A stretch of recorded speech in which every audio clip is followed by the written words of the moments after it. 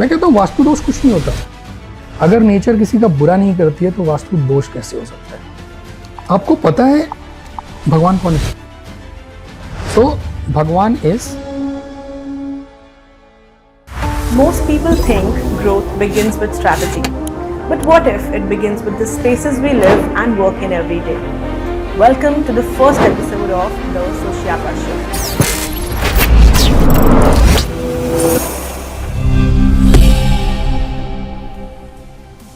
Today's guest is a distinguished name in the world of Vastu, occult sciences and spiritual research, Dr. Neeraj Krishnakta Raj. A PhD research Vastu scientist, renowned Jyotishacharya, master numerologist, author and speaker. Dr. Raj is known for bridging ancient Indian wisdom with modern scientific understanding. He is the author of Vastu Intelligence, a book that explores the deeper connection between space, energy, consciousness and human life. With years of research and practice across Vastu Shastra, astrology, numerology, energy sciences and spiritual systems, he has guided individuals, businesses and institutions toward greater harmony, clarity, prosperity and well-being. Please join me in welcoming Dr. Neeraj Krishnakta Raj. तो sir vastu क्या है, वास्तु दोष क्या है और किसी भी space में वास्तु कैसे आकर होता है? Okay, so thank you Sonakshi for such a wonderful introduction. I never thought मेरे नाम के आगे पीछे इतना हैवीनेस भी हो सकती है. Anyways, so like you said, vastu एक साइंस है, प्योर साइंस. आज की डेट में अगर आप देखो तो वास्तु को बहुत लोग बहुत तरीके से डिफाइन करने की कोशिश करते हैं. Ancient vastu, then modern vastu, then super modern vastu, then Mahavastu. मेरे अकॉर्डिंग वास्तु एक एनर्जी सिस्टम है, एक एनर्जी का परफेक्ट बैलेंस है. एंड जब आप वास्तु के बारे में बात करते हैं तो हम एक एरिया के बारे में बात करते हैं, हम एक घर के बारे में बात करते हैं, हम एक ऑफिस के बारे में बात करते हैं, हम एक सेटअप के बारे में बात करते हैं. वो सेटअप 4 दीवारी के अंदर भी हो सकती है और वो सेटअप एक पिलर्स डाल के भी बन सकता है. बिकॉज एक एरिया आपने बना लिया, एक कॉन्स्ट्रक्ट आपने बना लिया. सो जैसे आप वो कॉन्स्ट्रक्ट बनाते हो, see we are talking about spiritual nature, spiritual energies, we are talking about nature here. Nature कभी किसी का बुरा करती है क्या? कभी सुना है क्या? नहीं करती. बाकी जो आपने क्वेश्चंस पूछे थे इसका आंसर यही है. अगर नेचर किसी का बुरा नहीं करती है तो वास्तु दोष कैसे हो सकता है? तो वास्तु दोष मेरे अकॉर्डिंग वास्तु दोष जैसी कोई चीज़ नहीं होती. जस्ट दैट आपकी जो एनर्जी है और जो उस घर की एनर्जी है, जो उस जगह की जो एनर्जी है, वो एक दूसरे को कॉन्ट्राडिक्ट कर रहे हैं, तो आपको प्रॉब्लम्स फेस होती है. ये कोई वास्तु दोष नहीं है. इसके लिए करना क्या होगा? या तो उस एनर्जी को आप अपने अकॉर्डिंग सिंक कर लो या आप अपनी एनर्जी को उनके अकॉर्डिंग सिंक कर लो. Simple. It's a simple science. तो जैसे सर आपने बोला कि नेचर किसी का बुरा नहीं करती, लेकिन जब ह्यूमन इंटरवेंशन बहुत ज़्यादा हो जाता है, ह्यूमन ऐसी चीज़ें करता है जो नेचर के अगेंस्ट है, तो नेचर रिफ्लेक्ट करती है उस चीज़ को. तो क्या अगर हम कोई ऐसी चीज़ करते हैं जो वास्तु के अलाइनमेंट में नहीं है तो vastu negatively reflects? Can we say that? Yes we can definitely. So इसके लिए ना थोड़ा सा वास्तु को ना साइंटिफिकली समझने की कोशिश करते हैं. सो अगर आज के लैंग्वेज में जो एंशिएंट वास्तु जिसको बोलते हैं, एंशिएंट वास्तु, पुराने समय की वास्तु, तो वास्तु के जो बहुत पुराने बुक्स हैं, किताब हैं, और जो खुद शिव ने भी, महादेव ने भी बोला हुआ है, वास्तु जब भी आप किसी घर को बनाते हो तो आपने सुना होगा, ब्रह्म स्थान के बारे में सुना होगा. घर का सेंटर होता है, वो एक ब्रह्म स्थान होता है. एंड देन जैसे ही ब्रह्म स्थान बनता है उसके चारों तरफ देवता एक्टिवेट हो जाते हैं. देन फिर आउटर पेरीमीटर पे भी देवता एक्टिवेट होता है. टोटल मिला के 45 देवता एक्टिवेट होते हैं. इसके ऊपर हम कभी बाद में एपिसोड्स करेंगे. बट जैसे ही ये देवता एक्टिवेट होते हैं, हर एक देवता की अपनी एक एनर्जी है. ठीक है. अब इन देवताओं की एनर्जी को हम कैसे समझें? हमारे लिए तो बहुत डिफिकल्ट है ये समझना, एंड नेक्स्ट टू इम्पॉसिबल है. बट इसको थोड़ा सा सिंपल लैंग्वेज में समझते हैं. सो सिंपल लैंग्वेज क्या होती है? हम सबको पता है कि there are 5 elements which exist, right, जिनको हम बोलते हैं elemental balance. Those are water, air, air, fire, earth and space. ये 5 एलिमेंट्स हैं जिससे हम बोलते हैं कि हमारा पंच महाभूत, जिससे हमारा शरीर बना हुआ है। पर आपको पता है अकल्ट साइंसेस के अंदर इसके अलावा भी 5 एलिमेंट होते हैं जिसको हम मेटाफिजिक्स बोलते हैं। ओके, सो मेटाफिजिक्स के अंदर जो 5 डिफरेंट एलिमेंट्स होते हैं वो होते हैं आत्मा, जो आप खुद हो, आपकी आत्मा। फिर होता है तम, सो आत्मा उजाला है तो तम अंधेरा है। ओके, फिर होती है दिशा, फिर होता है काल, और एक होता है मन। समझ गया? 5 फिजिकल एलिमेंट्स जिनको आप देख सकते हो, इनको महसूस कर सकते हो। 5 नॉन फिजिकल एलिमेंट्स जिनको आप महसूस नहीं कर सकते, आप बस जानते हो इन कॉन्सेप्ट्स को। सो क्या आपने आत्मा को कभी देखा? आपने नहीं देखा है, बट आप महसूस करते हो। आप कहते हो ना ये मेरे सोल की आवाज़ है, ठीक है। फिर आप कहते हो कि ये बुरी आत्मा है। बुरी आत्मा इज व्हाट? इज तम, अंधेरा। आपको वो नेगेटिविटी है जो आपको आपके अंदर है बैठी हुई, वो तम है। मन जो इन दोनों को कंट्रोल करता है, ठीक है। दिशा, आपको किस दिशा में जाना है, हम उसके बारे में बात कर रहे हैं। Not about this directions. दिशा किसी भी चीज़ की, अगर आप बोलते हो कि मैं एक सब्जेक्ट के ऊपर कुछ स्टडी करना चाहता हूँ, तो आप कहते हो ना आपको इस दिशा में पढ़ना होगा। क्या हम ये बोलते हैं कि आपको पूर्व दिशा की तरफ जाना पड़ेगा, आपको ईस्ट की तरफ जाना पड़ेगा? ऐसा नहीं होता। सो जब हम दिशा की बात करते हैं तो दिशा is direction, but direction is not in literal meaning direction. Direction is also related to your soul, your mind, your mental clarity में। यस, कॉन्शियसनेस, सब कॉन्शियसनेस, सब यही है, सब कुछ यही है। फिर हम आते हैं काल, समय। सबको पता है समय का चक्र कैसे चलता है। So these are 5 meta elements जिनको मिला के वास्तु बना है।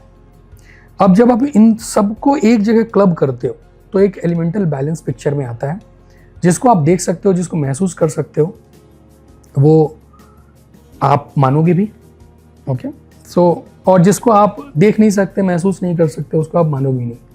एक बहुत पुरानी शायरी है, नई रुखतारियों को कौन समझाए, कहाँ से बच के चलना है, कहाँ जाना, कहाँ से बच के चलना है, कहाँ जाना मुश्किल है। थके हारे परिंदे जो बसेरे को लौटे, सलीका मंद शाखों का लचक जाना ज़रूरी है। सलीका ही नहीं जिसे महसूस करने का, जो कहता है खुदा है तो नज़र आना ज़रूरी है। सो ये सबने सुना होगा। सो अगर आप आज के डेट में भी आप ईश्वर को जानते हो, भगवान को जानते हो, आपने देखा नहीं है कभी, बट आप महसूस करते हो, आप फील करते हो। कभी कभी ऐसा होता है ना कि आप कहीं बैठे होते हो तो एकदम से किसी चीज़ का डिस्कशन होता है ना, आपको गूज़बम्स होते हैं। देन यू सो, अरे मुझे फील हो रहा है, कुछ एनर्जी फील हो रही है। That is vastu, that is vastu. Because आप एक जगह पे बैठे हो, आपको एक एनर्जी फील हो रही है, दैट इज वास्तु। अब आप कहोगे कि ये एनर्जी मुझे नेगेटिव लग रही है, बिकॉज आप पॉजिटिव हो, आपकी थॉट पॉजिटिव है, तो कोई भी ऐसी नेगेटिव एनर्जी जो आपके बगल से निकली तो आपको लगता है नेगेटिव है। अब आप उसको ठीक करने की ज़रूरत है। ये रेमेडीज़ हैं, इसके बारे में हम बात करेंगे। There are multiple remedies. आज के डेट में बहुत सारे रेमेडीज़ हैं, प्लेट्स लगा देते हैं और भी बहुत कुछ कर देते हैं। पेंटिंग्स के ऊपर आजकल वास्तु की बहुत कुछ चल रही है। तो फ्रैंकली स्पीकिंग, आप एक पेंटिंग जब खरीदते हो तो क्या आप ये देख के खरीदते हो मैं आपको ईस्ट की वॉल पे लगाऊंगा, इसको मैं नॉर्थ की वॉल पे लगाऊंगा? For that matter, do you even know कि आपका ईस्ट का वॉल कौन सा है? आपको नहीं पता है, राइट? आपकी शादी हो गई और आपके और आपके हस्बैंड ने एक बहुत अच्छी फोटोग्राफी करी, उसका एक बहुत बड़ा पोर्ट्रेट बना लिया। अब आपने उसको लेके आए और आपने अपने बेडरूम में लगा लिया। अब आपने किसी को बुलाया और उसने देखा पेंटिंग को और कहता है नहीं, सारी प्रॉब्लम तो यहाँ है, इस पेंटिंग से है। अरे कैसे हो सकती है? उस पेंटिंग से क्या प्रॉब्लम है? कोई प्रॉब्लम नहीं है। नहीं, उसके अंदर ऐसा कलर है, उसके अंदर वैसा कलर है, उसके अंदर ये चीज़ है, उसके अंदर वो चीज़। वास्तु ये नहीं है। Vastu is balance. आपको अपनी एनर्जी को बैलेंस करना होता है, अपने घर की एनर्जी को बैलेंस करना होता है। इमेजिन करते हैं, चलिए वास्तु दोष को थोड़ा सा समझने की कोशिश करते हैं, कैसे होता है। आप किसी के घर में गए, आपने घर के अंदर से एंट्री ली और एंट्री लेते ही आपको सामने क्या दिखता है? आपको सामने दिखता है बड़ा सा सोफा, ठीक है। एंड देन ठीक उस सोफा के पीछे टीवी, राइट हैंड साइड पे fridge and left hand side पे बिल्कुल ब्लैंक स्पेस। आपको कैसी फीलिंग है? क्या ये सिमेट्री है? नहीं। आप सोफे पे बैठोगे, सामने से आप टीवी देखोगे, राइट हैंड साइड पे फ्रिज है।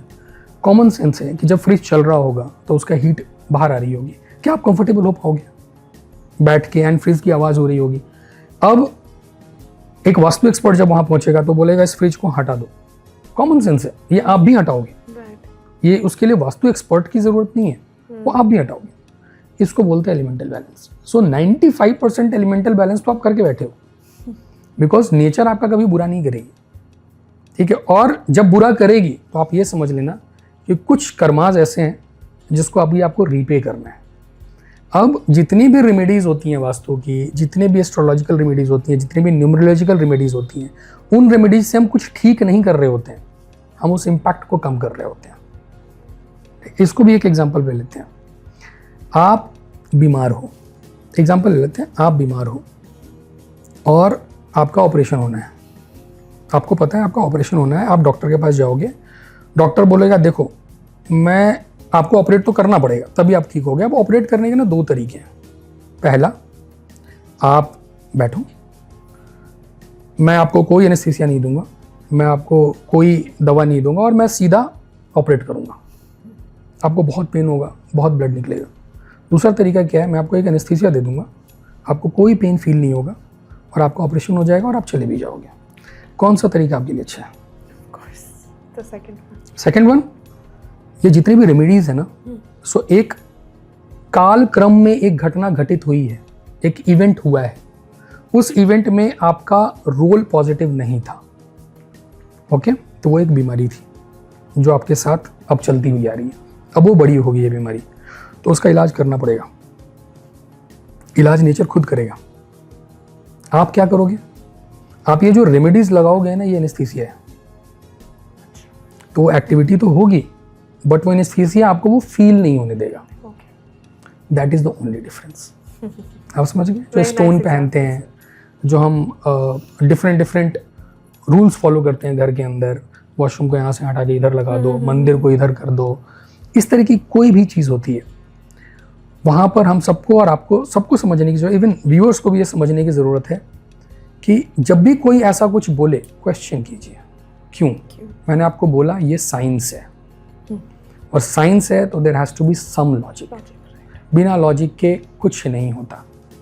और हमारे बुक्स में जो लिखा हुआ है ना, पुराने बुक्स में लिखा हुआ है, अब कुछ क्वेश्चंस आएंगे आपके पास इस पॉडकास्ट के बाद, मे बी लोग पूछेंगे तो फिर हमारे बुक्स में ऐसा क्यों लिखा है, उसका भी आंसर है। और हर बुक का ना एक बहुत सिंपल आंसर है जिसको मैं अभी एक्सप्लेन करूंगा, आपको पता चल जाएगा कि मैं ये क्यों कहना चाह रहा हूँ। इसके लिए भी मैं एक एग्जांपल लूंगा। मैं एक बहुत बर्निंग टॉपिक के ऊपर बात करूंगा जो आज के डेट में भी एग्जिस्ट करती है। पुराने टाइम पे बहुत सारी कुरीतियाँ थी। कुरीतियों में था जैसे कि बाल विवाह, कुरीतियों में था सती प्रथा, ये सब खत्म हो चुके हैं आज की डेट में। आज की डेट में एग्जिस्ट नहीं करते। कैसे?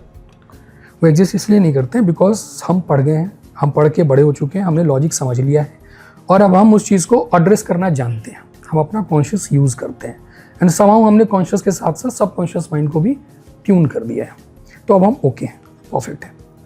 बट आज की डेट में एक टॉपिक है जो मैं उठाना चाहूँगा फीमेल्स को लेकर। फीमेल्स के लिए महीने के कुछ दिन होते हैं जो बहुत इंपॉर्टेंट होते हैं, ठीक है। 3 to 5 डेज का वो टाइम होता है जो एक साइकिल टाइम होता है, नेचर का साइकिल टाइम है। उस साइकिल टाइम के अकॉर्डिंग लोग बोलते हैं कि इस टाइम पे आपको मंदिर नहीं जाना चाहिए, इस टाइम पे आपको ये अवॉइड करना चाहिए, इस टाइम पे आपको वो अवॉइड करना चाहिए। और जब आप उसको काउंटर करोगे तो सामने से क्वेश्चन आता है, ये तो मेरे बुक्स में लिखा है, ये तो आप ही के बुक्स में लिखा है। कभी किसी ने जानने की कोशिश करी कि ये बुक्स में लिखा क्यों है ऐसा? किसी ने जानने की कोशिश नहीं करी। अब मैं थोड़ा सा लॉजिकल एक्सप्लेनेशन देता हूँ तो आपको समझ में आएगा कि ऐसा क्यों था, बुक में ऐसा क्यों लिखा हुआ, और शायद आप उससे अग्री भी करोगे। अग्री नहीं करोगे तो फिर एक क्वेश्चन लेंगे, ठीक है। सो आप ऐसे समझो कि पहले टाइम पे क्या होता था, मैं मंदिरों की बात कर लेता हूँ, कि आप वो 5 डेज का जो पीरियड होता है उस टाइम पे आपको पूजा नहीं करनी चाहिए। पुराने टाइम पे, बहुत पुराने टाइम पे घरों के अंदर मंदिर नहीं होते थे। आपने पुराना कोई सा भी एक घर देखा हो जिसके अंदर कोई एक मंदिर बना हो? कभी नहीं होता। एक किला होता था, ठीक है, और मंदिर उसके बाहर पहाड़ पे कहीं बने होते थे, पहाड़ों पे या दूर दराज क्षेत्र, एकांत क्षेत्र में बने होते थे, बिकॉज वहाँ मंदिरों को मेडिटेशन के लिए यूज़ किया जाता था, हवन होता था, साधु रहते थे वहाँ। तो जब आप इस दूर क्षेत्रों में जाते थे तो आज की डेट में आपको पेड़ नहीं दिखते। पहले आपके घर से और आपके किले से जब आप मंदिर तक जाते थे, वहाँ तक में आपको पूरा जंगल दिखता था, और जंगल में जंगली जानवर भी रहते थे। अब उस समय बहुत सारे हादसे होते थे ऐसे, जब महिलाएं जाती थी, आपको पता है कि उस साइकिल के दौरान होता क्या है, ब्लड आता है, ब्लड की स्मेल जानवरों को आती है, जानवर अटैक करते हैं, तो महिलाओं को बहुत क्षति होती थी। तो मना किया गया कि आप मत जाओ। बट क्या मैं आपको एक चीज़ मना करूं, आप उसको मान जाओगे करने से? नहीं मानोगे, ह्यूमन टेंडेंसी है। जब माइंड को आप कुछ चीज़ बोलते हो ना, ये मत करो, माइंड ना रिवोल्ट करता है। वो डिपेंड करता है कि रिवोल्ट आप कब करोगे, आपके पास पावर कितनी है। माइंड रिवोल्ट करता है, आज नहीं तो कल आपके सबकॉन्शियस माइंड के अंदर ना फीड हो गई हैं चीज़ें। अब वो कभी ना कभी तो बाहर आएंगी, कभी ना कभी कॉन्शियस को फीड होगा।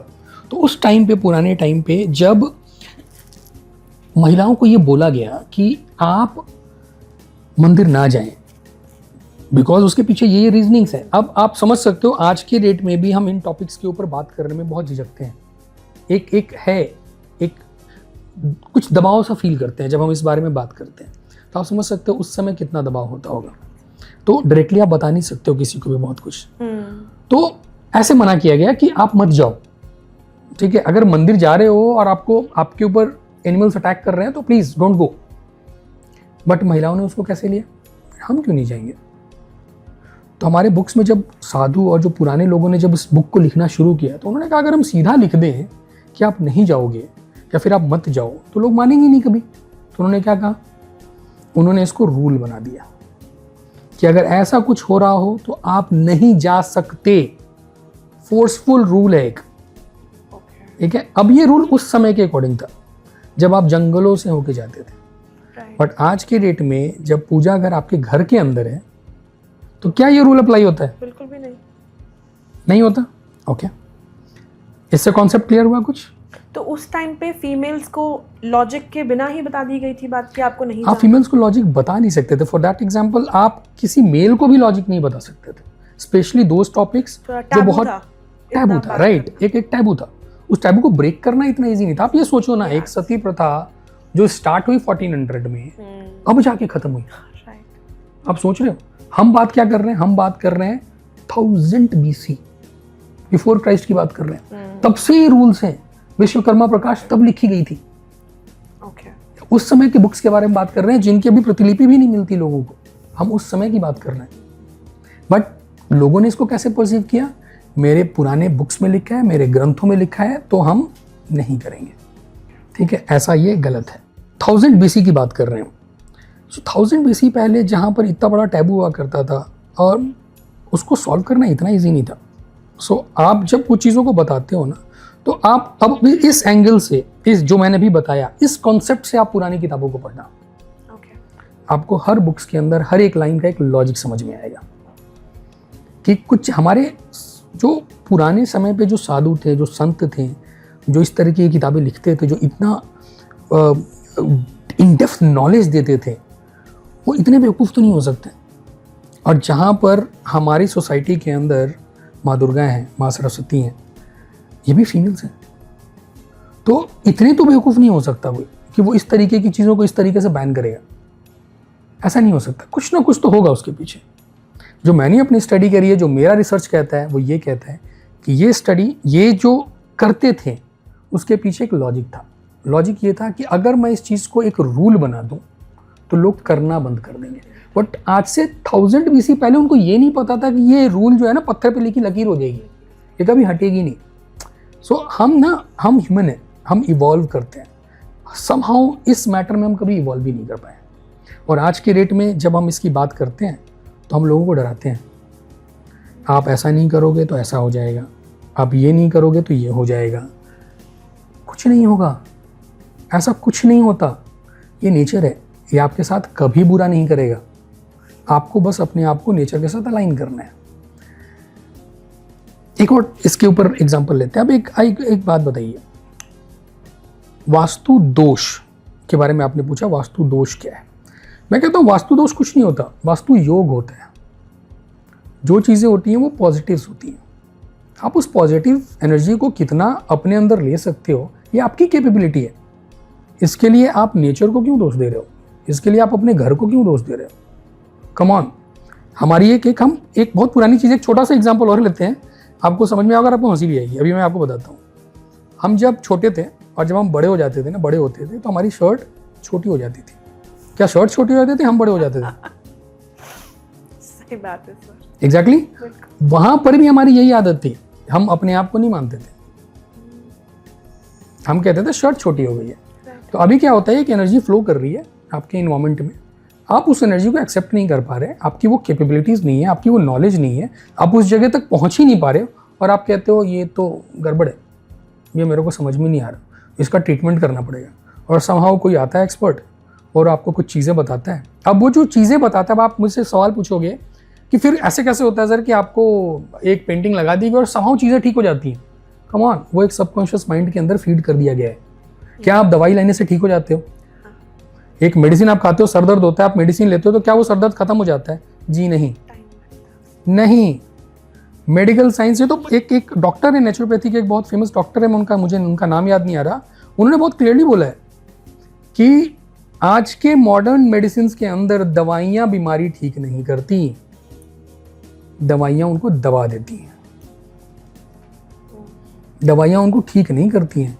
क्या सरदर्द आपको आज हो रहा है, आपने एक दवा ले ली, क्या कल सरदर्द नहीं होगा? अगर होगा तो फिर वो ठीक कैसे हुआ? राइट? तो अभी क्या है ना, ये जो अभी आज के डेट में जितनी भी रेमेडीज हम करते हैं ना, वो रेमेडीज आपको उस प्रॉब्लम से लड़ने की ताकत दे देता है, प्रॉब्लम खत्म नहीं करता। रेमेडीज वो तो होगी, वो एक घटना है, वो घटित होगी, बट उस घटना को सहने की क्षमता आपके अंदर आ जाएगी। यही एक रेमेडी है, और आपको इसी तरीके से करना चाहिए। जब भी आपको कोई बताए कि ये रेमेडी, इसको ऐसे कर लो, इसको ऐसे कर लो, आस्क क्वेश्चंस। क्यों? ये क्यों ना बहुत डिफिकल्ट क्वेश्चन, और अच्छे लोगों को ये बैकफुट पे लेके जाता है, डिफिकल्ट पोजीशंस पे लेके जाता है। कोई आपके पास आए, बहुत रिनाउंड भी कोई आते हैं, मैं किसी को डिसरिस्पेक्ट नहीं कर रहा, बट मुझे लगता है कि ये जो आज के डेट में जो ये वास्तु दोष है ना, Vastu dosh is nothing but a money minting machine. आप वास्तु दोष बोलोगे, मैं आपको बोलूँगा आपके घर में वास्तु दोष है, आप उस दिन से परेशान हो जाओगे, कुछ हो चाहे नहीं हो आपकी लाइफ में, आपको 50 प्रॉब्लम दिखनी शुरू हो जाएंगे। इवन मैं आपको बताऊं, अगर आप यहाँ से उठ के जाओगे और आपके ग्लास से पानी गिर जाएगा ना, हाथ से पानी गिर जाएगा, तो भी आपको कुछ तो गड़बड़ है, ऐसा क्यों हो रहा है मेरे साथ, बार बार ऐसा क्यों हो रहा है? ऐसा कुछ नहीं होता, आपके सबकॉन्शियस माइंड में मैंने फीड कर दिया। अब वो तभी ठीक होगा जब मैं आऊँगा और मैं आपको सॉल्यूशन दूंगा, बिकॉज आपका ट्रस्ट मेरे ऊपर है। मैं उस ट्रस्ट को गलत तरीके से यूज़ कर रहा हूँ। मैं आपको एजुकेट भी कर सकता हूँ, मैं आपको बता सकता हूँ, एनर्जीज होती हैं। आप एक घर के अंदर जाते हो, आप एक ऑफिस के अंदर जाते हो, that's when you get a negative energy. आपको कभी कभी ऐसी फील होती है कि आप किसी सड़क से जा रहे होते हो और आपको एकदम से लगता है हैवीनेस सी फील होती है। ऐसा क्यों होता है? वो वहाँ की एनर्जी वैसी है, वहाँ का नेचर वैसा है। आप एक जंगल से जाते हो, आपने कभी नोटिस किया है, चलो आप किसी डेंस जंगल में जाओ, ठीक है, चलो आप अपने घर की बात करते हैं। आपके घर का ना कोई एक कोना हिस्सा होगा, कोई एक हिस्सा होगा जो बहुत डार्क रहता होगा, बहुत डार्क रहता होगा, उसको आप बहुत ज़्यादा यूज़ नहीं करते होगे, राइट? आप कभी वहाँ जाके 10 मिनट बैठना, you will feel that energy, that heaviness. इसका मतलब ये नहीं है कि वहाँ कुछ है, वहाँ की एनर्जी नेगेटिव है। अगर इस पॉडकास्ट पर अगर हम डिस्कस कर पाएँ तो will discuss couple of things, जहाँ पर कि मैं आपको कुछ बहुत शॉर्ट रेमेडीज बताऊंगा, एंड वो रेमेडीज ना बहुत इजी है, कुछ पैसा नहीं लगाना है इसके ऊपर, खुद करना है, आप खुद करते भी हो, इट्स जस्ट दैट उसको कॉन्शियस करना है। बट ये रेमेडीज तो हर स्पेस, हर इंसान, हर मैं आपको ऐसी रेमेडी बताऊंगा ना, मैं आपको ऐसी रेमेडीज बताऊंगा जो कि किसी यूनिवर्सल है, एंड आप करके देख लो, 15 दिन के अंदर चीजें बिल्कुल सटीक हो जाएंगी, बिल्कुल सटीक हो जाएंगी। कुछ करने का आपको लगेगा यार मैं इसके लिए पैसे बर्बाद कर रहा था, पैसा है, सेव करो, काम आएगा। ठीक है सर, डिविनेशन भी सिमिलर है क्या, या is that something different from vastu? Vastu is one part of divination. Divination is a concept जहां पर कि डिविनेशन इज अ साइंस जहां आप अकल्ट के 3 टॉप प्रैक्टिसेस को यूज करते हो। अकल्ट की 3 light on occult sciences. Yes बताता हूँ। सो अकल्ट साइंसेस के ना बहुत सारे डिविजन्स हैं। जो जनरल प्रैक्टिस आपको दिखेगी उसमें दिखेगा vastu is one of the occult sciences, tarot is one of the occult sciences, numerology is one of the occult sciences, astrology is one of the occult sciences. These are the branches of occult sciences. Then तंत्र विद्या जो अघोरी करते हैं शमशान के अंदर बैठ के, वो भी एक अकल्ट साइंस है. ठीक है, तंत्र साधना जो होती है वो भी एक अकल्ट साइंस है. इनकी अलग अलग स्टडी है. फॉर एग्जाम्पल अभी जैसे हम फिजिक्स पढ़ते हैं, हम केमिस्ट्री पढ़ते हैं, these are the subjects. Science के बहुत सारे सब्जेक्ट्स हैं, ऐसे अकल्ट साइंस के ये सारे सब्जेक्ट्स हैं. ठीक है, कुछ लोग बोलते हैं कि मैं अकल्ट साइंसेस में एक्सपर्ट हूँ. होंगे, बिल्कुल होंगे एक्सपर्ट. उन्होंने पढ़ी होगी, नॉलेज लिया होगा, तभी वो एक्सपर्ट है. एंड जो भी एक्सपर्ट होगा वो कभी भी आपको सॉल्यूशंस ऐसे ही नहीं देगा. ठीक है, for that matter I am so sorry, जो बहुत सारे एक्सपर्ट हैं यहाँ पर और देखेंगे वो ऐसा ना बोले कि मैं कुछ तो कर रहा हूँ कि लोग अब पैसा देना बंद कर देंगे. ऐसा नहीं है. सो आप समझो आज के दिन जो है ना, मतलब आज का जो टाइम चल रहा है, today's era is materialistic era. आज के डेट में ना मैटर मतलब रखता है. और मैटर क्या है? मैटर आज के डेट में मनी है. पुराने टाइम पे क्या होता था, जब आप ऐसी कोई चीज़ बताते थे ना, अपने नॉलेज को यूज़ करके आप किसी का कुछ भला करते थे, तो आपको एक्सचेंज में कुछ मिलता था जिसको बोलते थे बार्टर. बार्टर डील होती थी. आप कपड़ा दे देते थे, आपको जो यूज़ है. बट आज की डेट में यूज़ की क्या चीज़ है? मनी है. तो आप क्या करते हो, मैं अपना एक सॉल्यूशन दे रहा हूँ, उसके अगेंस्ट में मैं आपसे पैसा लूँगा. That is nothing but exchange of energy. Otherwise मैं अपनी पॉजिटिव एनर्जी में आपको दूंगा कैसे? सो आपने मनी दिया, मैंने वो एनर्जी एक्सचेंज करी, and that is my right. आप एक ऑफिस के अंदर काम करते हो, अगर इमेजिन अ कंडीशन जहाँ पर कि वो ऑफिस आपको पैसा देना बंद कर दे, क्या आप काम करोगे? वो एनर्जी एक्सचेंज ही नहीं होगी. सर, ऑफिस वास्तु को लेके मेरे और काफ़ी लोगों ने मुझसे कुछ क्वेश्चंस किए थे. मैं एक्सप्लिसिटली आपसे वो डिस्कस करना चाहती हूँ. पहला था कि आजकल काफ़ी कंपनीज हैं जो कि वास्तु का बहुत ध्यान रखते हैं. तो क्या ये कॉन्शियस डिसीजन होता है, सब कॉन्शियस होता है या क्या?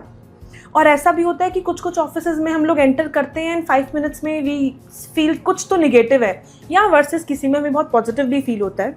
And most important question sir, can architecture influence human behaviour more than motivational speeches?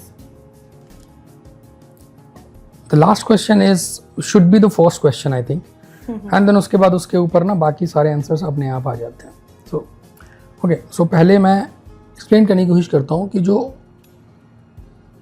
Architect होता है, एक घर का जो स्ट्रक्चर होता है, क्या वो ज़्यादा इंपॉर्टेंट है या फिर मोटिवेशनल स्पीचेस ज़्यादा इंपॉर्टेंट है? Okay, and then will go to their office वाला क्वेश्चन, बिकॉज ये उसके साथ ही लिंक्ड होगा. वो कहीं ना कहीं ऑफिसेस के अंदर ज़्यादा मोटिवेशनल स्पीचेस होते हैं और घर पे नहीं होता. सो अभी हम इसके ऊपर पहले बात करते हैं.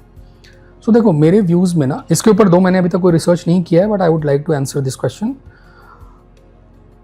जो आर्किटेक्ट है, जो एक स्ट्रक्चर है, एक ऑफिस का जो स्ट्रक्चर है, और एक जो मोटिवेशनल स्पीच है, इन दोनों की अपनी इंपॉर्टेंस है. ये दोनों इक्वली काम करते हैं. मैं ये नहीं कहूँगा ये बहुत ज़्यादा अच्छा है और ये कम है, ये ज़्यादा अच्छा है, ये कम है. इमेजिन अ सिचुएशन, एक ऑफिस है, आप ऑफिस के अंदर आते हो, सब कुछ बढ़िया है और आपको एम्बियंस भी काफ़ी अच्छा मिलता है, प्रॉपर लाइटनिंग है, सब कुछ है, आपका बॉस भी बहुत सुपर अच्छा है. आप आए, अपना काम किया और आप चले गए, and there is no motivation. कोई आपको अप्रिशिएट करने वाला नहीं है, कोई आपको अच्छी बातें बताने वाला नहीं है. कैसा फील करोगे आप? Not really. नहीं करोगे? ओके. नाउ अब इसको थोड़ा सा डिफरेंटली देखते हैं. आप एक ऑफिस के अंदर जाते हो, वहाँ पर लाइट डिम है, बॉस बहुत खड़ूस है, बट मोटिवेशनल स्पीचेस बहुत हैं. आपका जो टीम लीडर है वो आपको बहुत मोटिवेट करता है. क्या वो ठीक है? टेक्निकली तो वो भी सही नहीं है सर. राइट. सो आपने अपना आंसर खुद ही दे दिया कि दोनों चीज़ें इंपॉर्टेंट है. दोनों चीज़ों का प्लेसमेंट हो सकता है. जहाँ पर एक अच्छे आर्किटेक्ट की रिक्वायरमेंट है, एक अच्छे स्ट्रक्चर की रिक्वायरमेंट है, एक अच्छा बैलेंस की रिक्वायरमेंट है, वहाँ पर आप वो काम करोगे. जहाँ मोटिवेशनल स्पीचेस की रिक्वायरमेंट है, वहाँ वो काम करोगे. इन दोनों का क्लब नहीं कर सकते, बट इन दोनों को अलग भी नहीं रख सकते, बिकॉज ये दोनों होने तो एक जगह ही हैं. अगर आप घर के अंदर मोटिवेशनल स्पीच देते हो तो आपको दोनों को बैलेंस करना होगा. अगर ऑफिस के अंदर देते हो तो दोनों को बैलेंस करना पड़ेगा. अब एग्जाम्पल लेते हैं मोदी जी का. मोदी जी जब भी वो स्टेज पे होते हैं, एक डिफरेंट ऑरा होता है उनका, राइट? बट वो क्या वो ऑरा ऐसे ही आ जाता है? इमेजिन अ सिचुएशन कि उस लीडर की क्या काबिलियत रही होगी कोविड के दौरान कहाँ आपने देखा है, किस कंट्री के आपने देखा है, किस कंट्री के अंदर आपने देखा है कि एक कंट्री का प्राइम मिनिस्टर आता है और एक बार बोलता है कि शाम के 5 बजे आप सब थाली बजाएंगे? क्या है ये? अगर आप प्रैक्टिकली देखो तो क्या है ये कुछ भी नहीं है। बट कैन यू इमेजिन, हर इंसान बाहर निकल के थाली बजा रहा था एंड रिपोर्टेड है, आवाज दूसरी कंट्रीज तक गई थी, इतनी आवाज हुई थी। दिस इज रिपोर्टेड, ये मैं नहीं कह रहा। तो आप समझ रहे हो कितने डेसिबल का साउंड उस समय जनरेट हुआ होगा। बट इसके पीछे का साइंस क्या है, इसके पीछे का लॉजिक क्या है, क्यों किया मोदी जी ने ऐसा, वो क्या इसके पीछे क्या मोटिवेशन था? अब एक कंट्री का वास्तु तो डिफरेंटली काम करता है ना, वहां उसका स्ट्रक्चर तो डिफरेंट है, बट क्या वहां स्ट्रक्चर काम आ रहा था? नहीं। वहां मोदी जी ने क्या किया, कोविड था, डिफिकल्ट टाइम्स था, लोग अपने अपने घरों में आइसोलेटेड थे, एक दूसरे के साथ कम्युनिकेट नहीं करेंगे तो कैसे चलेगा, इंसान पागल हो जाएगा। क्या आप मेंटली रेडी हो उस चीज के लिए? वहां पर मोदी जी ने क्या किया, एक एक्टिविटी दे दी, एक छोटी सी एक्टिविटी दे दी। वो एक्टिविटी एंड लोगों ने वो क्यों किया? आज तक आपने कभी सुना है कि किसी लीडर ने इस तरीके की चीज बोली और सबने आंख मूंद के फॉलो किया हो? ऐसा क्यों हुआ? ऐसा इसलिए हुआ बिकॉज मोदी जी ने एक उम्मीद जगाई, लोगों को एक जरिया दिया एक दूसरे से बात करने का। एंड वो क्या नजारा था, 5 बजे सब लोग निकल के एक दूसरे की शक्ल देख के बजा रहे थे, ठीक है, आउट ऑफ द वर्ल्ड था वो, एंड वो कॉन्टेक्स्ट ही डिफरेंट था। And uske like I also remember that happened in the time. So the family was preparing also.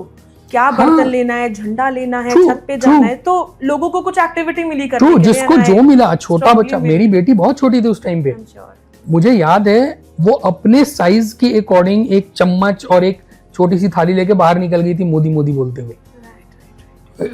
सो ये एक चीज है। अब ये इसमें कोई स्पीच नहीं था, बट एक मोटिवेशन था, एक होप थी।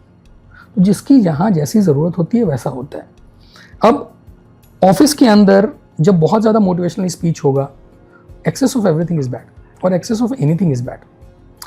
डेफिशिएंसी भी नहीं होनी चाहिए और एक्सेस भी नहीं होना चाहिए। It has to be in equilibrium, absolute balance जिसको बोलते हैं। अभी मैं ऑफिस वाला टॉपिक उठाऊंगा। एक और चीज मेरे दिमाग में आ गई है जो बोलते हैं, हम जानते भी हैं। आपको पता है भगवान कौन है?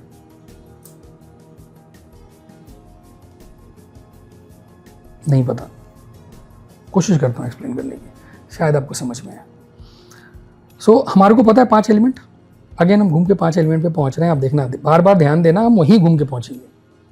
सो भगवान इज, आई डोंट नो ये कोई थ्योरी है या फिर क्या है, just it came into my mind. भगवान, भ फॉर भूमि, ग फॉर गगन, व फॉर वायु, अ से अग्नि और न फॉर नीर। My God, right? 5 एलिमेंट्स। भगवान, जब ये 5 एलिमेंट एक चीज के अंदर, चाहे वो ह्यूमन बॉडी हो, चाहे वो कोई स्पिरिचुअल बॉडी हो, बैलेंस फॉर्म में हो, तो आप भगवान हो जाते हो। अब आप कहोगे सर तो फिर मैं भी हो सकता हूं। प्रैक्टिकली इम्पॉसिबल है। कैसे इम्पॉसिबल है? आपको पता है आपकी बॉडी के अंदर वाटर कितने हैं? 80% is water. How can it be balanced? जब 80% वाटर है, कोई ना कोई एलिमेंट तो डिफिशिएंट होगा। और जो एलिमेंट आपकी बॉडी के अंदर डिफिशिएंट है, आपके अंदर वही कैरेक्टरिस्टिक नहीं है। And that's where you have to balance. कोशिश करनी है बैलेंस करने की। एग्जाम्पल ले लेते हैं। आपके सामने एक कोई इंसान आता होगा, ये थोड़ी सी ह्यूमन साइकोलॉजी की बात है, इसको ध्यान से समझिएगा तो आपको समझ में आएगा वास्तु कैसे काम करता है, आपको समझ में आएगा एस्ट्रोलॉजी कैसे काम करती है, आपको समझ में आएगा न्यूमरोलॉजी कैसे काम करती है। ये मैं तीनों सब्जेक्ट का ना एक साथ आपको बता रहा हूँ। बहुत सारे लोग इस चीज़ से अग्री करेंगे, बहुत सारे लोग इस चीज़ से अग्री नहीं करेंगे। साइंस है तो मैं इसको लॉजिक की तरह देखता हूँ। जिनको ये लॉजिक समझ में नहीं आता, कोई बात नहीं, दुनिया बहुत बड़ी है, 200 करोड़ की आबादी है, ठीक है, सब जिएंगे। सो आप ऐसे समझना कि आपके सामने एक इंसान आया एंड वो इंसान शांत होकर बैठा है, चुपचाप बैठा है। अमिताभ बच्चन साहब, उनकी आवाज़ कैसी है? Quite heavy. हैवी क्यों है? हैवी क्या उनमें इनमें से कोई एक एलिमेंट ज्यादा है? Yes, which element? मैं थोड़ा सा एलिमेंटल प्रॉपर्टीज बताऊंगा तो आपको समझ में आ जाएगा, बट मैं बताऊंगा नहीं. I want you to guess. Take your time, 30 seconds, 15 seconds, 10 second, whatever. नहीं समझ में आया बता देना, मुझे नहीं समझ में आ रहा, आप बता दो. फिर मैं थोड़ा सा एलिमेंटल बैलेंस बताऊंगा, प्रॉपर्टीज बताऊंगा, and then will go forward to it. Space, air, earth. Perfect. Really? कैसे पता चला आपको? मतलब my logic could be stupid or could be नहीं anything, नहीं, but कोई लॉजिक स्टूपिड नहीं होता. लॉजिक है देन लॉजिक है. It can match, it can not match. No logic is stupid. हर लॉजिक अपने आप में एक इंपॉर्टेंस रखता है. क्या लॉजिक था? मेरा सोचना था कि आवाज में हेवी है, भारीपन है, and air is light, space is light, water is not heavy in a way, और फायर तो इज सेपरेटेड. तो earth is like heavy, rich, dense, intense. तो मैंने वो रिलेशन एस्टैब्लिश किया. परफेक्ट. यही लॉजिक है. Oh my god. इसके अलावा कुछ भी नहीं. This is the science. अच्छा, ओके. अर्थ की प्रॉपर्टी क्या है? अर्थ हेवी होता है. आपकी आवाज़ अगर हेवी है that means earth element strong है. आपने कभी देखा है जो मिमिक्री आर्टिस्ट होते हैं वो अलग अलग आवाज़ निकाल लेते हैं. एकदम से अमिताभ बच्चन की आवाज़ में बोलेंगे, एकदम से ऋतिक रोशन की आवाज़ में बोलेंगे, बड़े बड़े एक्टर्स की आवाज़ निकाल लेते हैं. How do they do it? Throat के अंदर जो एलिमेंटल बैलेंस है उसके ऊपर उन्होंने एक्सपर्ट बना लिया अपने आप को प्रैक्टिस के थ्रू. एलिमेंटल बैलेंस, आप सोचो एक जो एलिमेंट का जो बैलेंस है वो आपके थ्रोट पे काम कर सकता है, तो क्या वो आपके इन्वायरमेंट पे काम नहीं करेगा? Now coming to vastu remedy. आपने सुना होगा लोगों को अपने साउथ वेस्ट वॉल पे हाथी की फोटो लगा लो. अच्छा होता है. क्यों? South west is earth element. हाथी क्या है? हेवी है. सिंबॉलिकल हेवीनेस अर्थ एलिमेंट पे ऐड कर रहे हैं, हेवी हो गया, एनर्जी बैलेंस हो गई. बट अंडरस्टैंड अ सिचुएशन जिसका साउथ वेस्ट ऑलरेडी हेवी हो और आपने वहां हाथी की फोटो लगा दी, फिर क्या हो गया? फिर आपने जानबूझ के पूरा बैलेंस डिस्टर्ब कर दिया. राइट. सो एलिमेंटल बैलेंस आपको समझ में आ गया. मैंने आपको कुछ नहीं बताया कि एलिमेंट क्या होता है क्या नहीं होता, आपने खुद से गेस कर लिया. एंड जो आपने लॉजिक बिठाया बिल्कुल सही बिठाया. सो जो मैं कह रहा था कि 90% टाइम आप नेचर को समझते हो, नेचर आपको समझता है, हेंस प्रूव्ड है. आपने इस बात को प्रूव भी कर दिया. अब आ जाते हैं ऑफिस एनर्जी के ऊपर जो आपने क्वेश्चन पूछा था. सो एक ऑफिस के अंदर जब आप एंटर करते हो, कई बार क्या होता है ऑफिस के आप किसी भी प्रीमाइसेस के अंदर जब आप एंटर करते हो तो आपको एनर्जी एकदम से फील होती है. वो एनर्जी उस जगह पे है. वो एनर्जी क्या है, कहाँ से आ रही है? वो एनर्जी वहाँ के रहने वाले लोगों से आ रही है. वो एनर्जी वहाँ पर रखी हुई चीज़ों से आ रही है. अगर वहाँ के लोग जो वहाँ पर हैं बैठे हुए वो बहुत नेगेटिव सोचेंगे तो इन्वायरमेंट पूरा नेगेटिव हो जाएगा. तो कहते हैं ना, आप एक बहुत सारे पके हुए सेब के बीच में एक रॉटन एप्पल डाल दो, सब के सब खराब हो जाएंगे. बिल्कुल सिंपल लॉजिक है. यही लॉजिक है जो बचपन में भी पढ़ाया गया था हमारे को. एक मछली पूरे तालाब को गंदा कर सकती है, बोला गया था. यही चीज़ आपके अराउंड जब नेगेटिविटी होती है तो उस ऑफिस के अंदर आपको नेगेटिविटी फील होगी. Now it is not always related to people, at times और most of the times it is also related to the placement of things, the aesthetics, colour, बहुत सारी लाइटिंग, चीजें, एवरीथिंग, राइट. बहुत सारी. And ये सारा वास्तु है. Your light is vastu. ठीक है. Your placement of tables, computer, ये सब वास्तु है. अब इमेजिन अ सिचुएशन कि आप एक सिस्टम के सामने बैठे हो, काम कर रहे हो, और ठीक उसके ऑपोजिट में एक बंदा और बैठ के काम कर रहा है जिसको थॉट्स पे काम करना है, जिसका काम ही प्लानिंग करना है. आपके सीपीयू की जो भी गर्मी है वो उसके पास जा रही है. And then AC is not working, fan is not working और समथिंग ऑफ दैट सॉर्ट, और maybe AC is not cooling to the optimum. क्या होगा? क्या वो प्लानिंग कर पाएगा? जब वो प्लानिंग नहीं कर पाएगा तो वो क्या बोलेगा? ऑफिस के एस्थेटिक्स ठीक नहीं है, ऑफिस बहुत नेगेटिव है. एक स्टेटमेंट आया, दूसरे ने उसको रियलाइज किया, सबकॉन्शियस माइंड में फीड हुआ, चाइनीज विस्पर स्प्रेड होता गया. तभी sir, like in our organization also, lot of copywriters, content writers and strategists, they wanna roam while they're thinking. Yeah. Get out of the cubicle or the space, like in the garden, वो walk करते हैं. Like बाहर तो क्या है, like I don't understand maybe that, but अब थोड़ा मैं relate कर रही हूँ कि why a writer needs an open air, freshness, yes, बोलते हैं ना आपको जब कुछ अच्छा लिखना हो तो आप पहाड़ों में जाओ, पहाड़ों में जाओ, राइट, फ्लोइंग वाटर के पास जाओ, आइडियाज आते हैं। वो आइडियाज इसलिए आते हैं बिकॉज आप जो वहाँ फील करते हो ना, आप उसको रेसिप्रोकेट करते हो। ठीक है, फॉर्चुनेटली और अनफॉर्चुनेटली एक छोटा सा साइंस है जिसको आई थिंक हम बहुत ज़्यादा साइंस कर रहे हैं, बट ये साइंस है। आप वॉक कैसे करते हो, आपको आइडिया है? अर्थ पे आप वॉक कैसे करते हो? फिजिक्स का बहुत सिंपल सा क्वेश्चन है जिसका आंसर फिजिक्स के पास है। आप अर्थ पे वॉक तभी करते हो, आप अर्थ के ऊपर एक इक्वल प्रेशर डालते हो, अर्थ उसी इक्वल प्रेशर के साथ रेसिप्रोकेट करती है, न्यूटन्स थर्ड लॉ। नेचर के साथ भी यही होता है, आप जैसे नेचर को रेसिप्रोकेट करोगे नेचर वैसे ही रेसिप्रोकेट करेगा। आप नेगेटिव थ्रो करोगे वो आपको नेगेटिव थ्रो करेगा, आप पॉजिटिव थ्रो करोगे वो पॉजिटिव थ्रो करेगा। Simple concept.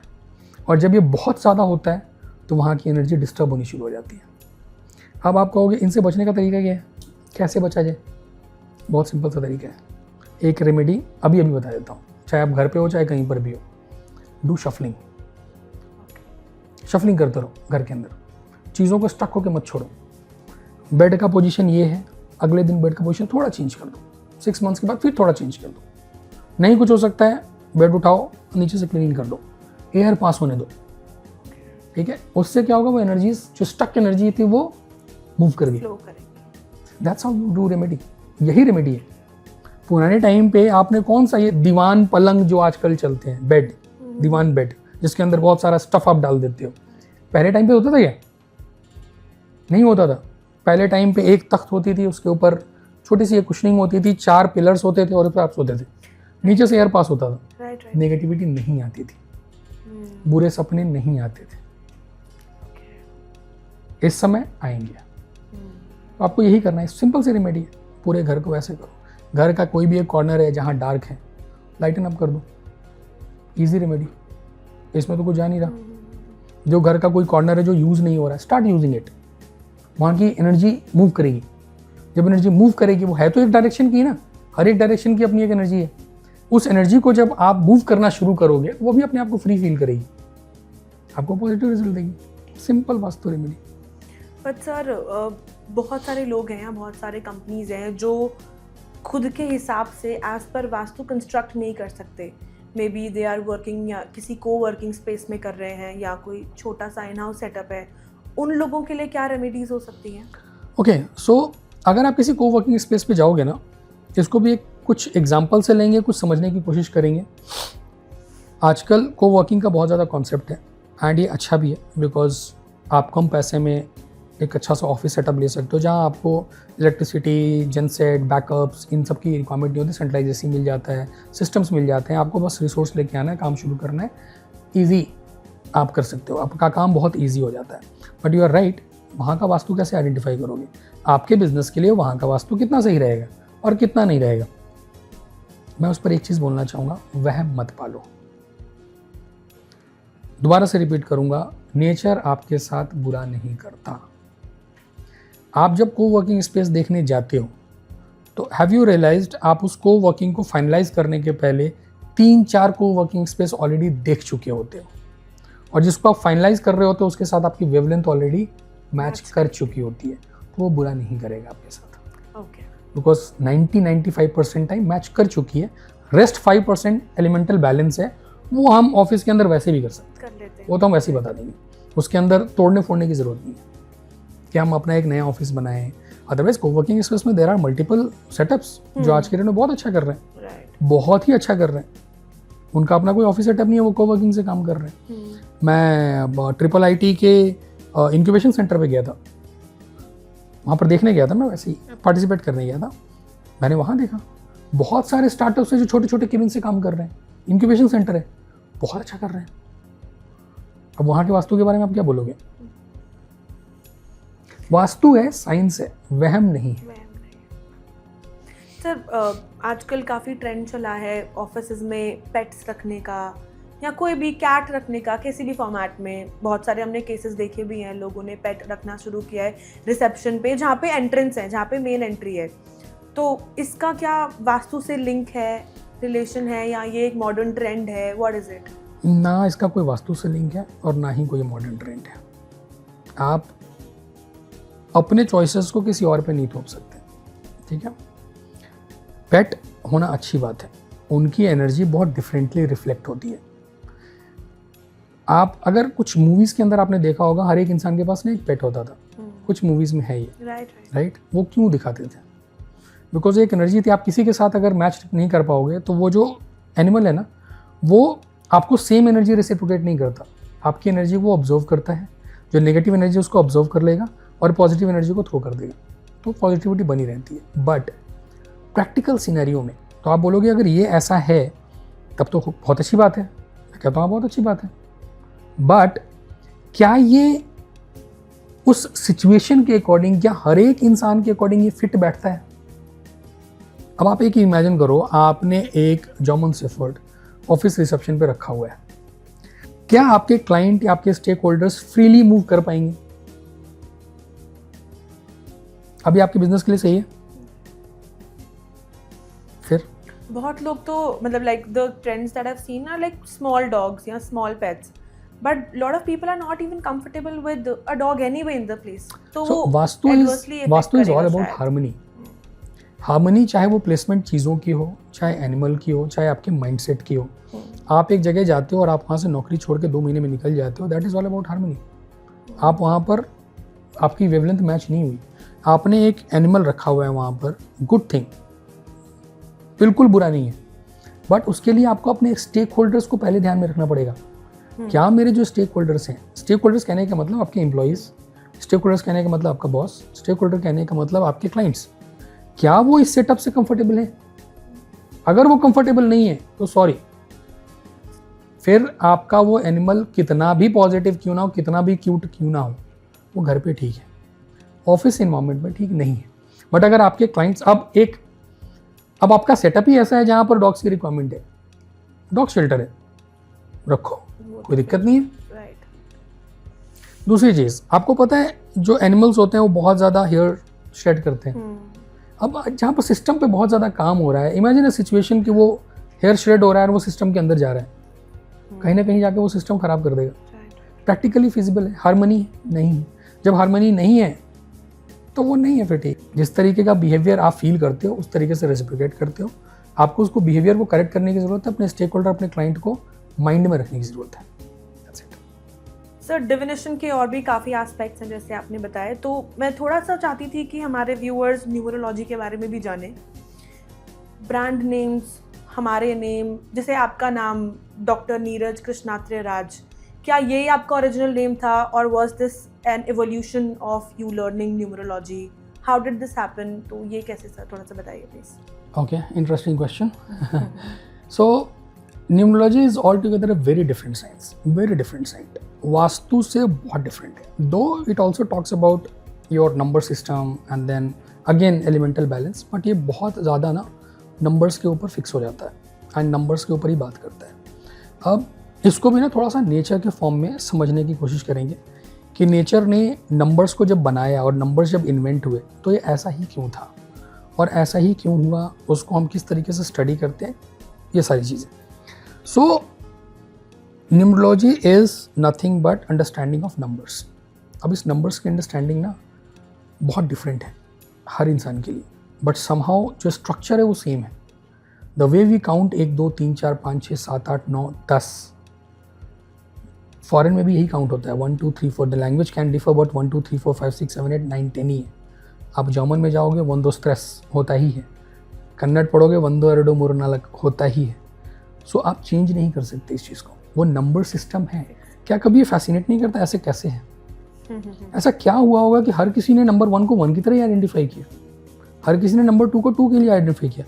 थोड़ा सा स्पिरिचुअली इसको समझेंगे अभी। ओके, सो जब आपका जन्म हुआ तो आप एक दिन जन्म लेते हो, एक डे पे जन्म लेते हो, एक टाइम होता है और एक डेट होती है। आप उस डेट को जन्म ले लिया, आपने टाइम को जन्म ले लिया, क्या वो आप उसको कंट्रोल कर सकते हो? मॉडर्न साइंसेज में yes, there is operation system and all, उसके थ्रू आप कर सकते हो। बट जब आपके मदर ने कंसीव किया होगा आपको, क्या आप वो कंट्रोल कर सकते हो? You can not, right? That means जिस समय भी ये होना था ये ऑलरेडी तय था कि आप इस समय आपकी सोल धरती पे आएगी। और जब आप आते हो तो एक प्लेनेटरी पोजीशन बनती है, ठीक है, जिसको हम एस्ट्रोलॉजी बोलते हैं। आपके बर्थ के टाइम पे एक प्लैनेट के पिक्चर्स ले लिए जाते हैं, वो पिक्चर आपकी बर्थ की कुंडली बन जाती है, वहाँ भी नंबर्स लिखे हैं। सो एग्जैक्टली अगर मैं यहाँ खड़ा हूँ और यहाँ पर किसी बच्चे का बर्थ हुआ तो मैं कुछ नहीं करूँगा, मैं ईस्ट की तरफ देखूंगा, ईस्ट की तरफ कौन सा प्लैनेट है, जो प्लैनेट होगा वो मैं कुंडली में वहाँ लिख दूंगा, and then all the planets will come. 9 planets वो लिख दिए जाएंगे। That's how your kundli is born. आपकी कुंडली बन गई। अब आप इसको कंट्रोल नहीं कर सकते थे। हम एस्ट्रोलॉजी की बात नहीं कर रहे हैं, हम न्यूमरोलॉजी की बात कर रहे हैं। तो हम इस टॉपिक को न्यूमरोलॉजी की तरफ लेके जाएंगे। बेस तो सबका एस्ट्रोलॉजी ही है, डिविनेशन ही है। नंबर सिस्टम थोड़ा डिफरेंटली काम करता है। सो अब आप ये समझो कि आपका डेट ऑफ बर्थ को आप चेंज नहीं कर सकते, टाइम ऑफ बर्थ को आप चेंज नहीं कर सकते। मतलब यूनिवर्स ने आपको कुछ नंबर्स दिया है जो आपके कर्मास थे पास्ट लाइफ के, उसके अकॉर्डिंग आप उसको चेंज नहीं कर सकते, आपको भुगतना पड़ेगा। What can you control? You can control your name. That is in your hand. आपने जब जन्म लिया तो आपके माँ बाप ने आपका एक नाम रखा, but you can control it, right? जब आप इसको कंट्रोल करते हो तो आप कैसे कंट्रोल करते हो? How does numerology function? और आज के डेट में जो नंबर सिस्टम है और ये सारी चीज़ें, ये कैसे काम कर रही हैं? जितने भी न्यूमरोलॉजिस्ट हैं जो आपको नाम सजेस्ट करते हैं, नाम चेंज करने की कोशिश करते हैं, वो यूनिवर्स की एनर्जीज के साथ आपको मैप करने की कोशिश करते हैं। जहाँ पर भी आपकी एनर्जी डेफिसिट हो रही होती है, वो आपके नाम में वो एनर्जी लेके आने की कोशिश करते हैं, ठीक है? एग्जाम्पल लेते हैं। कोई एक इंसान है जिसका जन्म हुआ 1/1/2001। एक एग्जाम्पल है सिंपल सा। अब आप देखो इसमें कौन सा नंबर मल्टीपल टाइम्स रिपीट हो रहा है। उसके पहले एक और चीज़ करते हैं। अभी इसको करने के पहले एक और चीज़ करते हैं। उसके पहले आपको ये समझना जरूरी है कि नंबर सिस्टम में है क्या, काम कैसे करता है। सो सिंपल समझते हैं। Number 1 is like the prime number, सबसे टॉप पे बैठा हुआ है, तो वो किंग हो गया। Okay. आप ऐसे समझो। बहुत न्यूमरोलॉजी को बहुत आसान तरीके से समझाने की कोशिश करूंगा, आपको वो कंपैटिबिलिटी चार्ट क्लियर हो जाएगा। सो नंबर 1 हो गया जो सूर्य हो गया, it's like king. So king कौन होता है हमारे सिस्टम के अकॉर्डिंग? जो हमेशा दिखता है, जो बहुत चमकता है, जो शाइन करता है, जिसको हम सब देखते हैं, वो कौन है? अभी आप किसको देख सकते हो? प्लैनेटरी पोजीशन में आप किसको देख सकते हो? सन। तो सन बिकम्स किंग। सन को 1 का पोजीशन दे दिया गया। ओके। नाउ 1 के बाद इमीडिएटली आफ्टर 2 आता है। अब किंग के साथ कौन हो सकता है? किंग के साथ इमीडिएटली उसके बगल में कौन बैठा हो सकता है? Queen, right? सो ये क्वीन कौन हो सकती है? मून। Yes, moon. Okay. सन से कम विजिबल, बट आपको हर समय दिखता है, equally powerful and shining and all. Moon हो गया। अब आ जाते हैं, अब किंग और क्वीन आ गए हमारे पास, सन और मून। चलो जी, बैठ गए अपनी गद्दी पे, वो दोनों बैठ चुके हैं। अब एक राजा और रानी को राज्य चलाने के लिए कौन चाहिए? मतलब जो उनको गाइड करते हैं। यस, गाइड कौन करते हैं? गुरु। हाँ, राइट। वो गुरु कौन हो सकता है? हमारे प्लैनेटरी सिस्टम में गुरु कौन है? प्लैनेटरी सिस्टम में गुरु कौन है?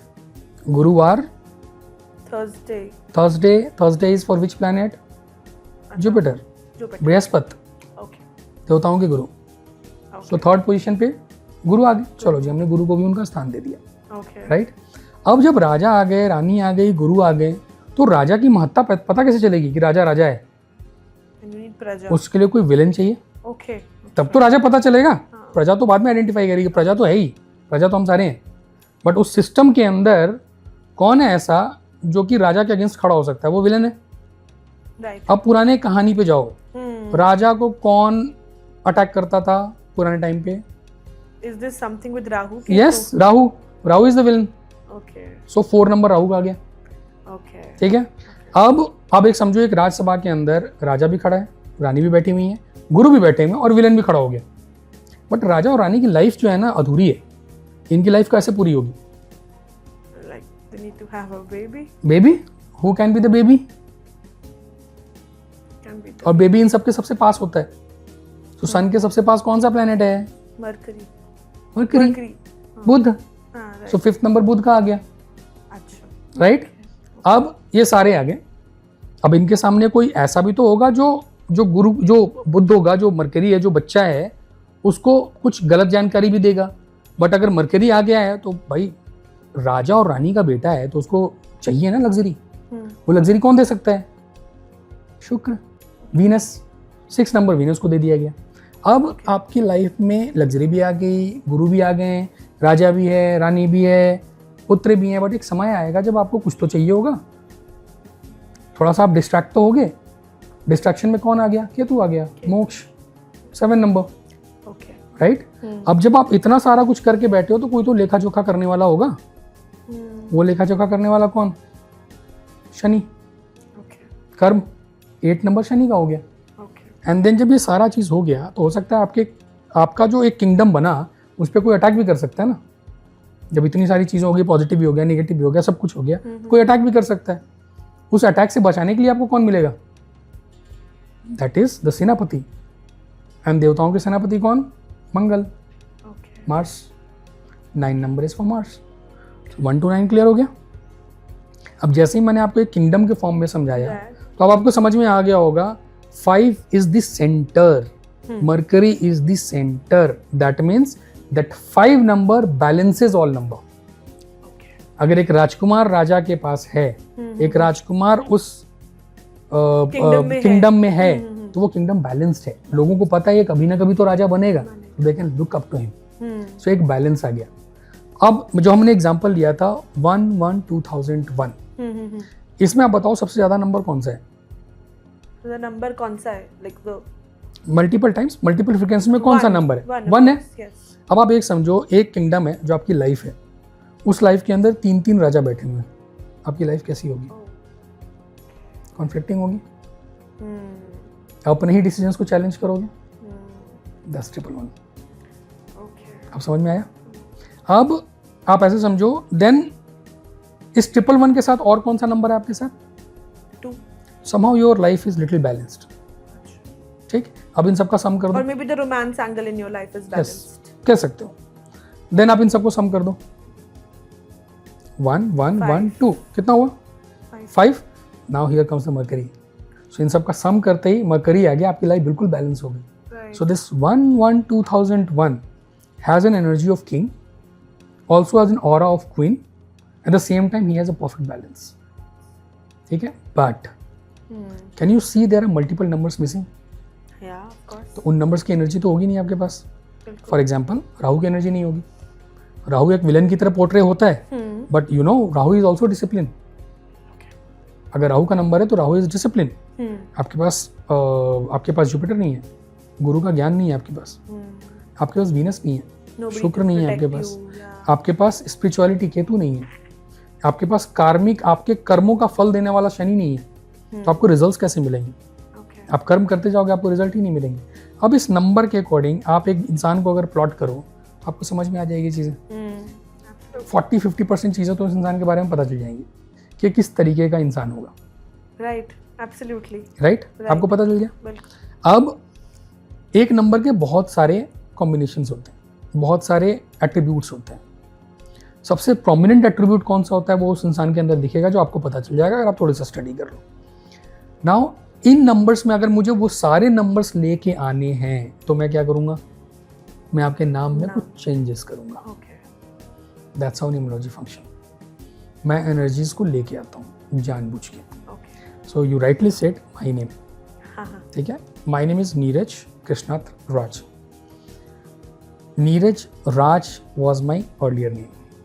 Okay. So I added Krishnatra in between. That's my Gotra. Okay. So I added my Krishnatra Gotra name into it.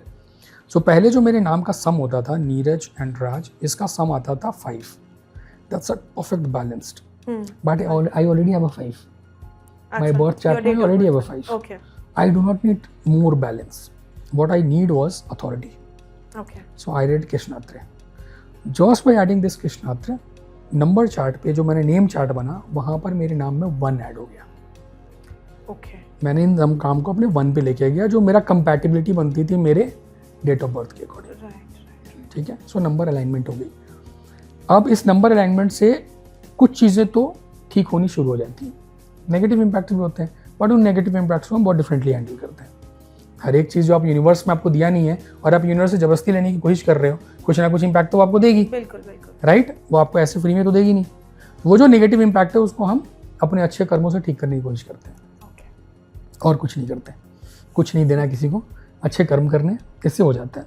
अब आ जाते हैं आपके क्वेश्चन पे, ऑफिस के नेम पे क्या कोई फ़र्क पड़ता है, ब्रांड नेम पे क्या कोई फ़र्क पड़ता है, प्रोडक्ट नेम पे क्या कोई फ़र्क पड़ता है? यस, पड़ता है। ओके। इमेजिन अ सिचुएशन, मैंने आपको 1 से लेके 9 तक का पूरा लेखा जोखा बताया था। थोड़ा सा प्लानिटरी स्टडी भी अगर आप करोगे तो आपको समझ में आएगा कि ये बताने के पीछे क्या था। इमेजिन आप एक बिजनेस के ओनर हो और आपका जो बर्थ है वो 4 मार्च को हुआ है, आप राहु ड्रिवन हो, ठीक? राइट। अब इस पूरे नंबर चार्ट में what do you think Rahu की किसके साथ नहीं बनेगी? The child and the queen, right? But जो विलेन है उसको ये पता है कि ये जो चाइल्ड है ना कल के डेट में राजा बनेगा, तो मैं इसके साथ ना अपनी साठगांठ रखता हूँ, तो वो चाइल्ड को बहुत ज़्यादा परेशान नहीं करेगा। तो mercury is kind of comfortable.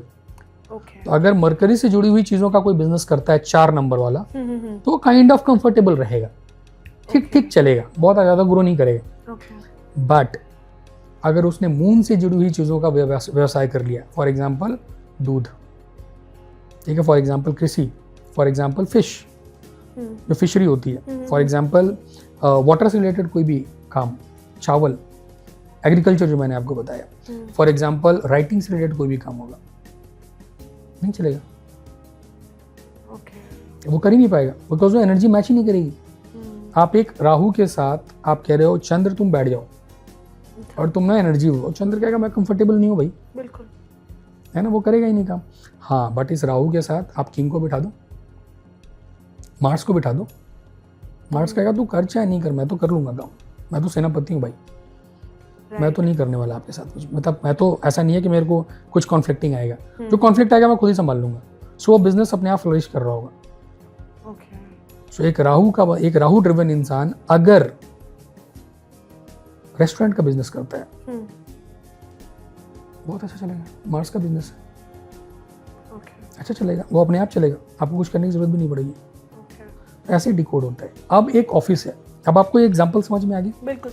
अब आप एक नंबर से ड्रिवन हो और आपके ऑफिस का जो नाम है उसका एक नंबर है।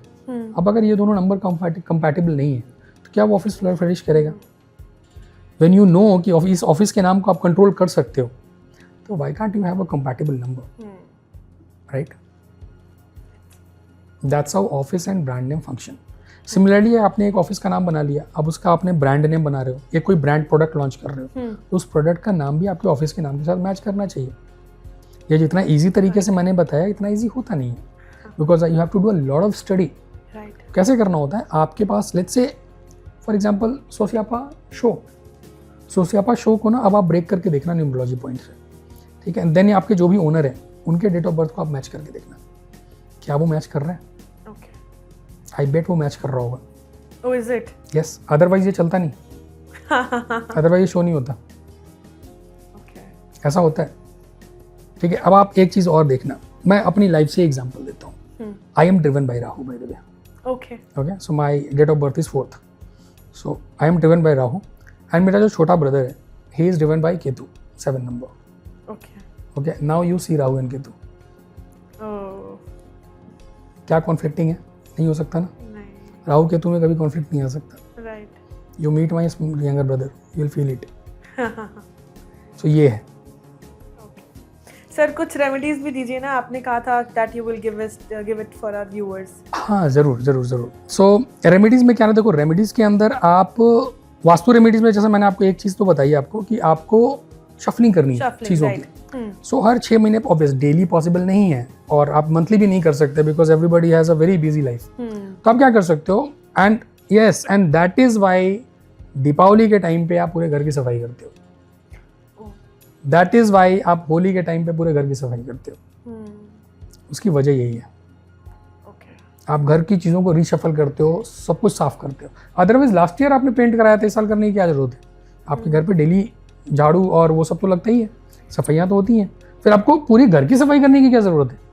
बट आप करते हो दिवाली पे, बोलते हैं ना दिवाली पे घर की सफाई करनी चाहिए, going back to the same first question, सफाई करनी चाहिए, फोर्सफुल। ओके। अगर मैं बोलूं कि कर लो, आप नहीं करोगे। हाँ। मैंने बोला करनी चाहिए, आप कर लोगे। दैट्स वाई मैं हमारे बुक्स के अंदर इस तरीके की चीज़ें लिखी है। सो जो मैंने आपको बोला कि 6 महीने में कर लेना चाहिए, इवेंचुअली 1 ईयर में तो हर कोई कर लेता है। वैसे भी कर लेता है। कहते हैं ना, आप अगर घर की सफाई नहीं करोगे तो दरिद्रता आएगी। दरिद्रता नहीं आएगी, नेगेटिव एनर्जी आएगी। हाँ। और वो आपको दरिद्र बना देगी। So, इस वजह से नेगेटिव एनर्जी को दूर रखने के लिए रीशफलिंग करो। ये एक हो गई सिंपल सी रेमेडी। दूसरी एक रेमेडी आपको बता देता हूँ। आपको पता है इस धरती पे सबसे ज़्यादा क्या है? वाटर। आप जहाँ रहते हो वाटर। वाटर में भी कौन सा वाटर? सी में कैसा वाटर होता है? खारा। खारा को इंग्लिश में क्या बोलते हैं? Salty water. Salty water. Salty water में क्या होगा जो वो सॉल्टी हो जाएगा? नमक। यानी कि नमक आपके पास बहुत मात्रा में उपलब्ध है ऑलरेडी, जिसको आप यूज कर सकते हो। अब अगर इतने बड़े समुद्र के अंदर जहाँ इतने सारे जीव जानवर रहते हैं, फिर भी समुद्र का पानी नीला ही रहता है, साफ ही रहता है, उसकी प्रॉपर्टी चेंज नहीं होती। दैट मीन्स अगर आप उस सॉल्ट को अपने घर पे यूज करोगे तो आपके घर की एनर्जी पॉजिटिव रहेगी। कुछ नहीं करना है, सी सॉल्ट का 1 चम्मच उठाइए। जब आप घर में आपके पोछा तो लगता होगा, हमारे यहाँ लैंग्वेज में, नॉर्मल लैंग्वेज में पोछा बोलते हैं, उस बाल्टी के अंदर 2 चम्मच सॉल्ट डालिए, मिलाइए, उससे पूरे घर को पोछा लगा दीजिए। घर की नेगेटिविटी बाहर। नेचर के रिसोर्स को आपने यूज किया है। Simple concept, simple remedy. कुछ पैसा लगना है इसके अंदर? नहीं लगना। थर्ड पे आ जाते हैं। हमारे टाइम पे ना एक बहुत पुरानी, अगर आप कुछ कहानियाँ पढ़ोगे, मैं कहानी नहीं बताऊंगा तो आधे घंटे की और कहानी खिंच जाएगी, वो मैं नहीं बताऊंगा, बट मैं आपको बता देता हूँ कि हमारे यहाँ पर सबसे एक पावरफुल मंत्र है। वो कौन सा मंत्र है जो हम सब जानते हैं? गायत्री मंत्र। ओम भूर्भुवः स्वः। गायत्री मंत्र। ओम भूर्भुवः स्वः तत्सवितुर्वरेण्यम भर्गो देवस्य धीमहि धियो यो नः प्रचोदयात्। इस मंत्र का जाप मंदिर में कहीं पर भी, एक मशीन आती है अमेजोन के ऊपर, 200-250 रुपये की छोटी सी मशीन, वो ले लो। आजकल एलेक्सा का ज़माना है, लोग एलेक्सा भी रखे हुए, हर किसी के घर पे एलेक्सा होता है। घर के किसी भी कोने पे लगा दो और बिल्कुल कम साउंड में, जो कि आपको सुनाई भी ना दे, बजने दो 24 घंटे। वो मंत्र इतना पावरफुल है कि घर की पूरी नेगेटिव एनर्जी को एक साथ हटा देगा। ये 3 रेमेडीज बेसिक रेमेडीज हैं, आप कर लो, घर की 90% नेगेटिविटी खत्म हो जाएगी, 90% सो कॉल वास्तु दोष खत्म हो जाएंगे। उसके बाद जो 10% बचता है, वहाँ पर हम जैसे लोग खाएंगे पिक्चर में, ठीक है। उसके आगे की रेमेडीज वो हमारे ऊपर आप छोड़ दो, अदरवाइज हमारे को कैसे कुछ मिलेगा, है ना। Thank you so much sir for such a lovely session. सबसे अच्छी बात मुझे वही लगी सर कि आपने कोई भी बात हमारे को या व्यूअर्स को डायरेक्टली नहीं बताई, पहले आपने उसका लॉजिक दिया या मे बी हम पे ही छोड़ दिया, and we automatically could come to that knowledge. And I really feel कि वास्तु इज लिटरली लॉजिक। अभी सब कुछ भी सुपरस्टिशन, तो सुपरस्टिशन में थोड़ा सा अगर just quickly if we can just okay, so discussion. Superstition is nothing but, जो मैंने आपको बताया ना कि हमारे बुक्स में चीज़ें लिखी गई थी, उसको फोर्सफुल बनाया गया था, इन लॉन्ग रन वो सुपरस्टिशंस में कन्वर्ट हो गया। हमने बोला आपको ये काम करना चाहिए, आज भी वो काम कर रहे हैं, without understanding the logic that become superstition. जब आप किसी चीज़ को समझ जाते हो तो वो सुपरस्टिशन नहीं रह जाता, भले आप उस काम को करते रहो। आज के डेट में भी जो मैंने आपको जितने भी लॉजिक समझाए हैं, उस लॉजिक को समझने के बाद, अब जैसे मैं आपको जो फर्स्ट एग्जांपल मैंने आपको दिया था कि जब वो साइकिल का टाइम आता है, देन उस साइकिल के टाइम पे आप पूजा घर में नहीं जाते हो, मैं यहाँ आपको बता रहा हूँ, मैं अपने घर पे अपनी वाइफ को बताता हूँ, लॉजिक्स मैं उसको भी समझाता हूँ, मैं आपको भी समझा रहा हूँ। आई नो इस पॉडकास्ट के बाद बहुत सारे लोग सुनने के बाद कहेंगे कि ये ऐसा हो ही नहीं सकता, वो तो हमारे सबकॉन्शियस माइंड में फीड है। Train your subconscious mind, learn to do positive things. पूजा आप करने बैठते हो घर के अंदर, तो आप पूजा करने के लिए नहीं बैठते हो, आप वो 5 मिनट का समय निकालते हो अपने आप के साथ बिताने के लिए। आप वो मंत्रों का जाप करते हो, आप वहाँ बैठते हो। इससे याद आया, आप सब व्यूवर्स जो हैं वो घर के अंदर पूजा तो करते ही होंगे, एक शंख रखिए, पूजा के बाद शंख बजाइए। इसके मल्टीपल फायदे हैं। शंख की जो आवाज़ होती है ना, वो घर की नेगेटिव एनर्जी को दूर करती है, पहला फ़ायदा।